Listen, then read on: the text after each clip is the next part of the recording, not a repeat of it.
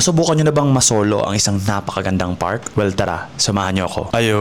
It's another Sunday and today we decided to wake up early to do some jogging because there are car-free Sundays here at Ayala Avenue from 6 a.m. to 10 a.m. And it's my first time to jog here in Ayala Avenue.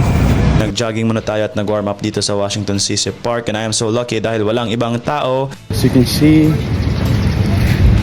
solo ko ngayon. I hope the weather stays this way kasi hindi mainit at hindi rin umuulan. Makalimlim lang siya. So, it's a good day. Thank you, Lord.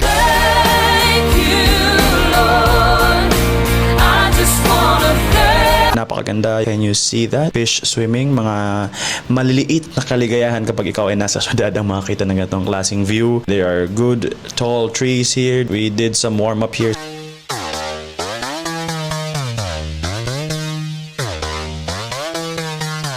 Tara, simulan na natin ang ating pagtakbo. To be honest, I've been noticing na madali akong hingalin kapag naglalakad or umaakyat. Kaya this is my way of saying na huy, gumalaw-galaw ka rin, huwag puro trabaho at baka sige, kunin ka na ni Lord. And when I was doing my warm-up and my first stretch of run, akala mo talaga professional, I found this newspaper man selling newspapers. Of course, newspaper man nga, di ba? I stopped kasi may nakita ako mga newspaper men and women. They're selling newspaper dito sa Makati. So I bought a newspaper, a Sunday newspaper from Philippine Daily Inquirer, and I found out that they're also selling newspaper coming from Hong Kong. And I met Kuya Henry who's been selling newspaper for the last 30 years. Pag-control ka para kasi para malaman ng mga tao kung ano to yung galaw ng mundo. Full time niyo po ito or may ibang sideline pa po kayo? Sideline niyo Wala na, ito na lang. Dito na kapag tapos yung mga anak ko. Talaga po? Ilan po anak niyo? 4. Kung gusto nyo pong mag-order ng newspaper sa kanila, I will leave their contact numbers here. To be honest, wala talaga akong ruta today. Sinunod ko lang kung saan papunta yung mga tao.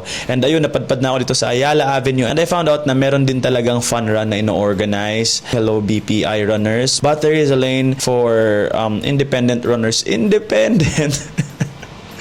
Independent runners like me. So mag-isa akong tumatakbo. Ayun, hawak-hawak ko yung newspaper habang tumatakbo. Maraming tao, wag kayong mahiyang tumakbo dito. Maraming mag-isang tumatakbo pero marami ring nag-holding hands, ang sakit sa mata. I've seen some familiar faces of celebrities and syempre hindi na ako nagpa-picture dahil ayoko naman makaabala dun sa momentum ng pagtakbo nila. So June is Men's Mental Health Awareness Month, and this is my own way of taking care of my own mental health. So I hope take care of yours too. Bye! Takbo na tayo ulit, wag puro chika, no?